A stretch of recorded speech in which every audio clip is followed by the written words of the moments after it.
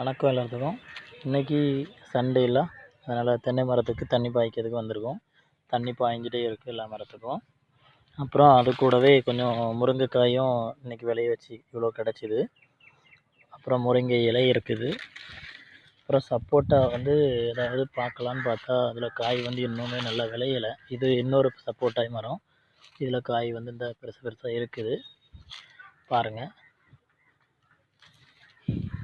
இது ஏற்கனவே நான் கொஞ்சம் ஒரு 20 கிலோவுக்கு மேலே எடுத்திருப்பேன் ஒரு தடவை.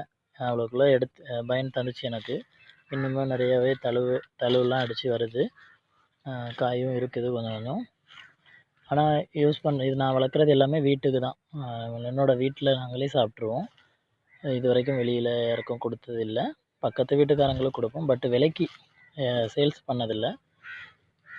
நன்றி, வணக்கம். பாருங்கள், இதுதான் நம்ம தோட்டம்.